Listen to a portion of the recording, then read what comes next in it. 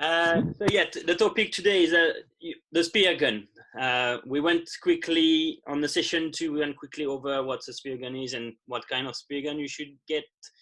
But basically, the spear gun must be adapted to where you are fishing.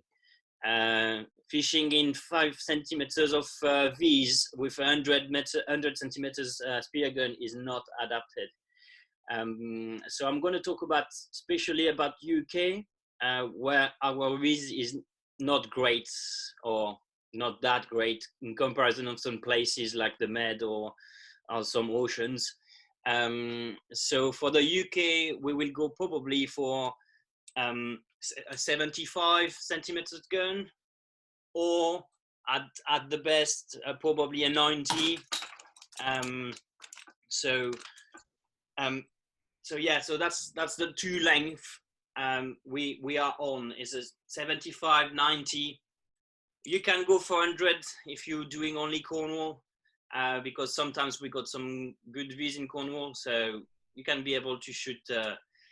But the way I like my guns is most of the time a single band with that kind of wishbone, that the spring, you know, not with the metallic one like this one or the old one, articulated one. I don't have it anymore of them. A single barb, or you can have a double barb, which is quite efficient on pollock, on soft meat fish. You're really avoiding ripping them off. On bass, the single barb would do, but on a soft fish like the pollock, the double barb will hold them properly and you won't rip them off. So yeah, so that's for the spear. After the spear, most of my spear now are all shark fins. Normally you find the old ones are the notch. I think the only guys doing them the notch for the string beads is the rubber end. The notch are very smooth, so they're not going to cut off the piece of string. Otherwise, you need to get one of these kind of spear with like what they call shark fins. So yeah, and after that, I was saying a reel with just a 30 meters of that's 1.2, 1.4 mil is more than enough for UK. Anvar probably using 1.8 because he's shooting some very, very big fish. So yeah, basic is very, very simple. You can see on that one, I got a double length of wrapping. Yeah, you can see the 4 lines there. It's not too, I'm not going to really improve shooting the whole length of the wrapping, but because on that one is the one I use when the water is very clear in Cornwall. So I got a double band. So I'm going to get an extra maybe 50 centimeters of range, so which is not crazy, but I will still have a bit more impact at that range than with a single band. So that's the only difference you're going to make with a double band. Apart from that, yeah, you can choose between 2 kind of reel. So that's the horizontal ones or the vertical ones. Yeah, it's just the way the line is wrapped up around the spool. They're just 2 different kind, but they work as good as each other. What you can do as well, it's just for your interest, is marking your tube with some like a technical legal size for some fish. So if any doubts, you can have a look. Okay, that's a good option. I have an idea of what's the size of the fish must be. Okay, and last kind of spear I'm using in the UK, especially when I do wreck diving. So on wrecks, I'm using this kind of trident. Basically, for 2 reasons. The first one, my spear not gonna get stuck if it goes through the fish. If I got a single spear, you're going to go through the fish and deep inside the wreck, and you won't recover your spear. It will get stuck, and then you're going to dive, and spend your whole day. You can spend your whole day diving to recover your spear. So that's the first thing. Second things is when you spear the fish with that kind of trident, it will kind of stun the fish and not scare the fish around and inside the wreck. So which means you're going to be able to come back in the wreck and shoot maybe a second and a third fish probably. So that's the thing. So one spear gun is pretty much one spear gun for 1 use or 2 use maximum. We're seeing at the moment a lot of this one. So that's what they call a roller. So that's an Anvar roller with the pulley here and the pulley here. You got some of them with the normal roller with all the way around, but I would say it's not for UK. I wouldn't really use them in the UK. Yeah, because you got more range, more power, but basically when we shoot a fish, is often between 2 and 3 meters away from us. So it's a lot of things we can go wrong, because when you see in comparison of the other ones, where what can go wrong is just the string, that string between the rubbers. On that one, you got that can go wrong, that can go wrong, that can go wrong, all that lines. So there's a lot of things you shouldn't, well, it's making a risk of something going wrong and you're not going to be able to fix it. When using like this kind of rubbers, so you can see this one is a bit wear off, but can still be usable. And if it's too wear off, I got like a 2 piece of string on the float, or 2 pieces of string even in the boat, and I can redo it straight away. It doesn't cost much. It's like 10 centimeters of dynama string, and you're fine with that.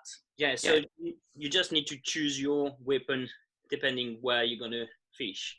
But for UK, mainly we will use a 90 single band or a 75 single band. After, I would advise maybe the double barb can really help on some soft fish. Any question? Anvar, you want to do a comment? Unmute you if you want to have a comment. Well, it's quite different from what we do in the Med. And my workhorse, like the gun that I would use the most, is 120. So loading length is 120. But probably the gun of my choice is 145. So like the whole gun is 170 centimeters long. Yeah, I see. But Yeah, it could be an overkill for the UK waters. Yeah, it's slightly overkill for us. But yeah. Yeah, but you said one thing about the notches and how the shaft sometimes it can cut the wishbone. Yep. Just a solution, like I've had this problem before when I started, when my guns were without the wishbones. You can always use this tool to make the wishbones, not the wishbone, to make the notch smoother, so it doesn't cut the line. Yeah. What I was meaning is the only brands who you get the spear ready to be used with the notch, I think, is the Freediver and the rubber lens, because they are the only ones already made like that, and then you can use it. But for sure, if you got a lime, you can lime the notch nicely and smooth, so you can really use this notch spear, but you need to do something on it. Yeah, homework. It's a homework. Yeah, exactly. Okay, I got Alex. What's shaft overhang? What you mean overhang? What goes over in the front, you mean, Alex? Okay. So I'm on a single one with I'm about, that's 135 for a 90. So I got about 20 centimeters out on the front, but on the same for the 75, if you can see, it's about 20 centimeters as well. And the only one is a bit shorter is on the roller. I have only like 15 centimeter. I like the tips to be very even closer. It could be even closer to the nose. But and for the big one, oops, on the trident you can see sitting on the head, because you don't want to have this very heavy part of the spear too far from the head, because and also with that one the range is like a meter, no more than that. After that it just like dive in. So so don't, yeah, really really yeah, so that's about the overhang I have on mine. And always affecting the shooting, the overhang is on the roller, because there is so much power pushing out the spear. If you got a too much overhang, it's gonna deform the spear so much you will lose any precision in your shot. On the opposite side, on the single band or double band, you're gonna have a nice smooth and regular push, and it shouldn't deform too much the spear. So, and you will have a bit more impact because you got more weight. It's just the ratio between the weight of the spear and the power you're putting it to have a good impact into your fish. One thing about the overhand, it's like I'm gonna share some Mediterranean type of info for you guys. It's more difficult to aim with the gun with a shorter overhang. Although, like Max said, there are less cavitation, so there's less vibration. But people sometimes spend some time getting used to shooting with shorter shafts. However, if the overhang is very short, like this is my personal favorite, I have the barb on the bottom of the gun, on the bottom of the shaft. So my barb is on the bottom and it sits on the gun. So you don't need to carry an O-ring. It doesn't flap. It doesn't make any sound. It doesn't distract you in any way. Like it's fixed to the gun. But then again, the problem is you have to get used to aiming, which would be difficult. But it's not always the case. So basically, you're saying yours are sitting that way. Yes, I think this is the cleanest setup. But again, it takes time to get used to. Yeah, to the aiming. Yeah. Yeah, just showing people how to what to do. I just have a question about the trident. If you don't do Rex or anything like that, Jack, don't go for a trident. I would just go keep your single spear, get it simple, because that kind of trident is very limiting. You won't do any big shot. The range is 1 meter. The spear is quite heavy, so it's kind of a special trident only for the Rex or cave, but that would be it. You won't benefit. You will have a larger range of ground to explore with a single spear than with that. And if you put that on your spear gun, well, you can see I'm using that's a 16 mil band, was more than enough to get my bass in the Rex. But you can set it up with a twin, yeah, give you a bit more punch, but you won't increase the range anyway. But that's one of the best trident, and it's not you can find this one screw on. I don't really like it because it's not always lined up. So if you can see, this one is quite nicely lined up with the rest of the gun. Sometimes the screw bits you end up with the trident being a bit sideways. So that's up to you. But if you want a trident, go for one like this one. So Rob is saying he used to have a 60 roller, so got a short gun with a lot of power, and then he went up to a 90 regular gun, and he's saying he's been struggling with the aim. So the thing is, you suddenly change completely your setup. So probably your roller had a very short shaft at the end, and then you go for a 90 with probably a long overhang. So you have to retrain your wall setup. So it's not surprising you've been struggling to aim again with that, because the change of full setup. If you were on a single single 75 or 60 single band with a nice overhang of your spear, you shouldn't have any problem. But changing your setup completely you need to adapt to your new way of aiming. Another thing we can talk about is in the UK you can use 6mm spear and 6.5mm spear.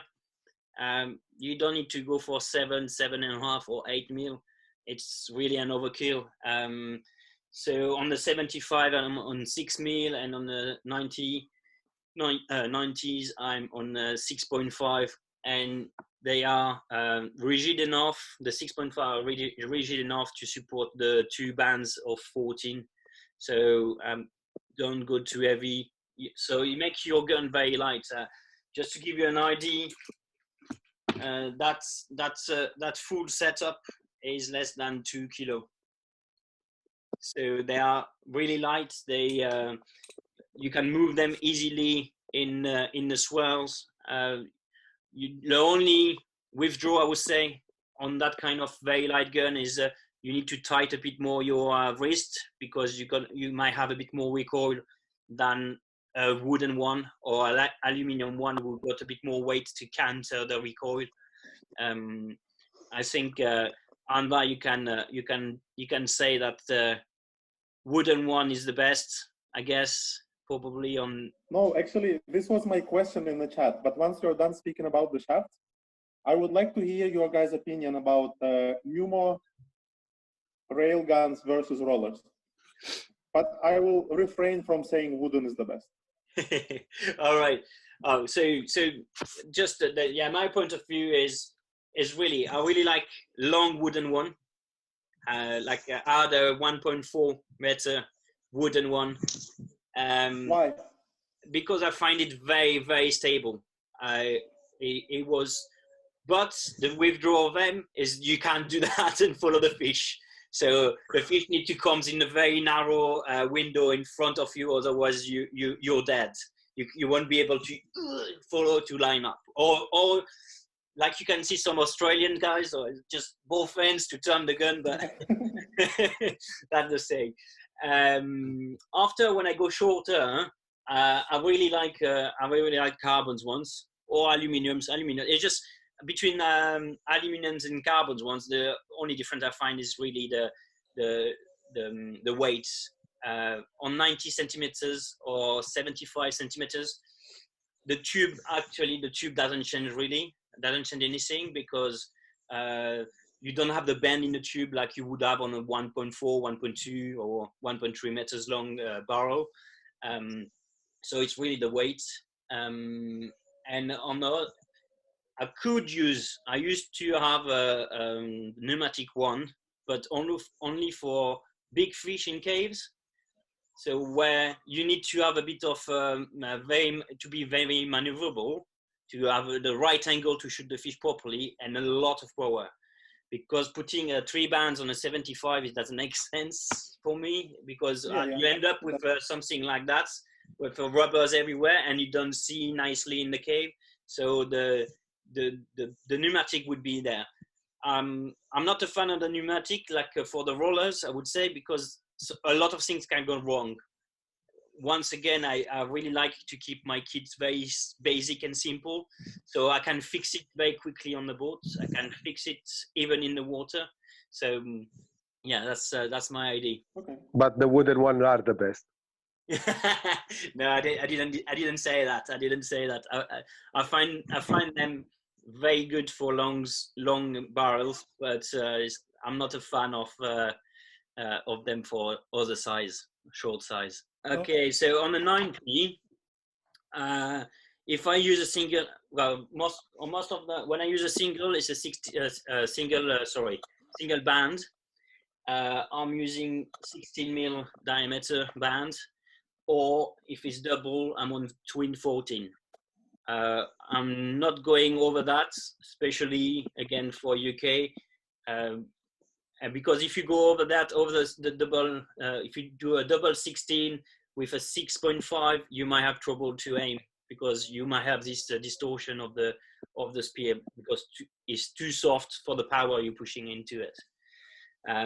So basically, yeah, and the stretch I'm using is between 3.3 and 3.4 coefficient. So that's, I think, Alex, that's makes sense. Yeah, it makes sense. I'm sorry for my questions. I'm just reviewing the gun I'm building at the moment, and so far I pretty much have everything the way I wanted, and you reassured me that it makes sense. All right. Wait, you are running, Chris. Oh dear. Okay, Clark. No, I wouldn't go for a single 18, as it will be so hard to load on the 3.5 coefficient strength stretch coefficient. 214, very easy, very quick to load. Yeah, I wouldn't go for a single 18 at all. And you will be the push on the twin 14 will be more smooth than the single 18. So Anvar, if you want to talk about your spear guns.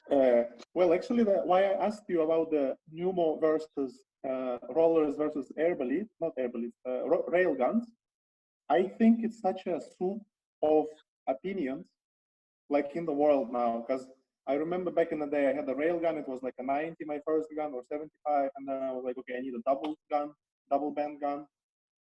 And then there were rollers, there was wood, there was carbon. But my latest craze is pneumo vacuum. And this stuff, it just blows the socks out of any other gun that I have. It has its negatives, but I have a 130 pneumo vacuum gun, 8mm shaft, double, triple wraps, and it just flies. There is no recoil. There is very little sound. It's a bit challenging to load, but I'm almost 2 meters tall, so it's not a very big issue.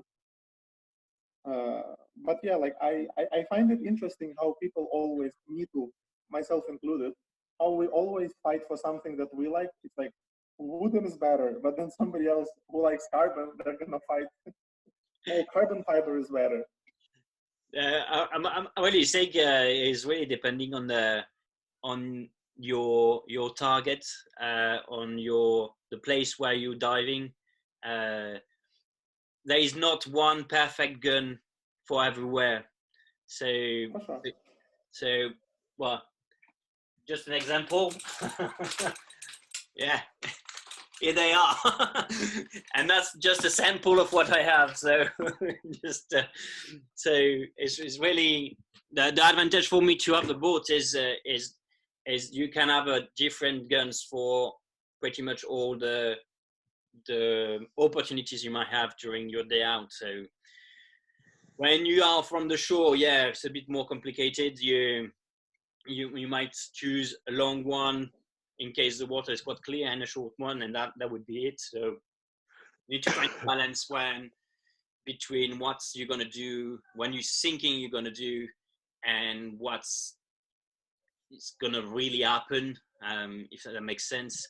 Yeah, it's always give and take. But I recently kind of started believing that most of it is like fetish. And some people just prefer carbon fiber over wood. Some people go vice versa. But in the end of the day, when you look at the physics of it, there is the terminal velocity of the shaft. It's basically what dictates the speed of the shaft. And whether it's roller gun or rail gun or pneumatic gun, like the difference is not like 3 stories difference, you know. It's okay, there will be difference, but like 20%. Yeah, however, we would fight till the last drop of blood. Yeah, for sure. Well, I also believe, Anvar, like you say in some of your video, that a lot of this has to do with how your gear affects you from a mental point of view. If you trust your gear, if you like your gear, then you will feel more prone to do those dives and to be quieter and to find those fish. Yeah, of course. I think there's a straight relationship. Exactly. It's a direct You relationship. need to have a trust relationship with your gear. Exactly. But anyway, so that was about your spear gun. So like we say, you need to trust your gear, and then after just make it suitable for what you're planning to do with it. Yeah, don't go for tunas with a 75. It's going to be tricky. There is one amazing video of some Italian guy I shooting know. tuna and landing it, like 70 kilo or something, like a big tuna with like a 90 centimeter single band gun. Yeah, it can happen, but he's been very lucky. Yeah, it's like super lucky. Yeah. So what's oh yeah. So the other day, just quickly come back. I got almost everyone who was there last time. That's the H-shape stuff I was talking about, to just reel your line around. One clip on one side, clip on the float, and then very easily to have the right length is locked. So very easy, very clean, and you don't have like 30 meters of line floating when you're diving 5 meters of water. And one of the options about the weight I was talking about, a dropping weight, very basic. So that's the strap. It goes over, and is holding on your belt strap. So you put the clip here, and if you want to mark somewhere, let go, and it goes on the seabed, and you got your mark in front of your lobster cave or new scallop ground. Sorry, Anvar, you don't have a scallops in the med, but No, we don't. but yeah, all right. So she has so Esme is saying she has a double band, 14 mil double band rye gun. Well, that's a Robalen, I guess, the array. And so she's asking how to load your double band. So basically, I don't know if you know that, but you gonna load the further one first, going through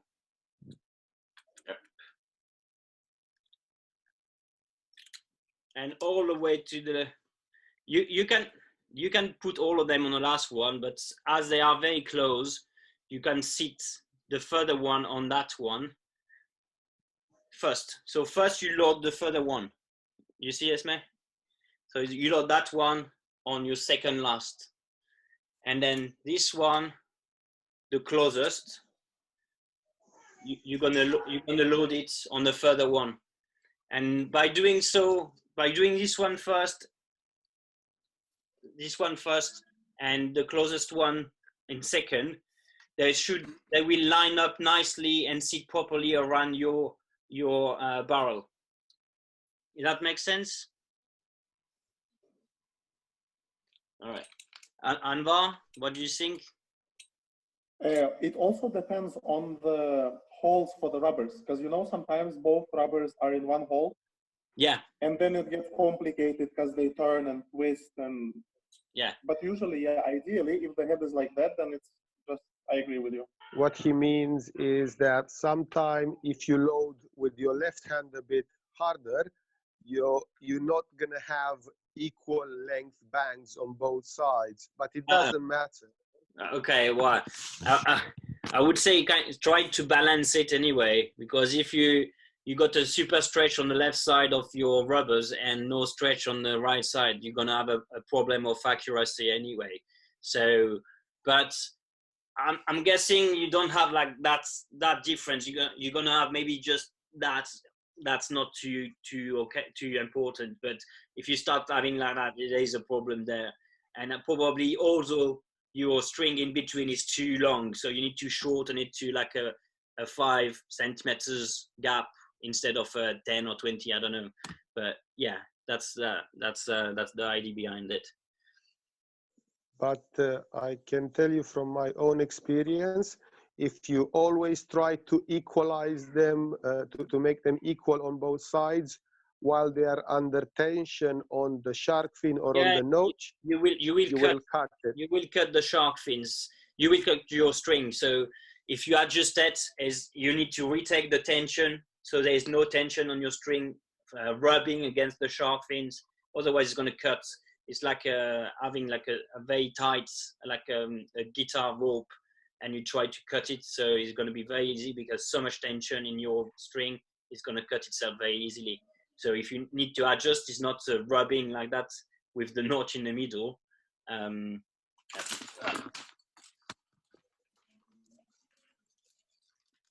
So once you're here, don't try to change it. You need to release the tension on that notch and then readjust. But if you're like, yeah, go Anvar. Sorry, unless Steve really likes doing homework, and if you get some sandpaper and you do this cleaning, but yeah. Yeah, exactly. DIY stuff. All right, guys. Yeah, we are at the end of this 40 minutes today. It's going to end up soon, so I just if you have any more questions, don't hesitate to send me through the through my Facebook page. I will answer them. And anyway, we see you on Monday. Probably Monday will be the next session. I will post the. All right. Cheers, Anvar. Thank you, everyone else. Bye bye. And see you later.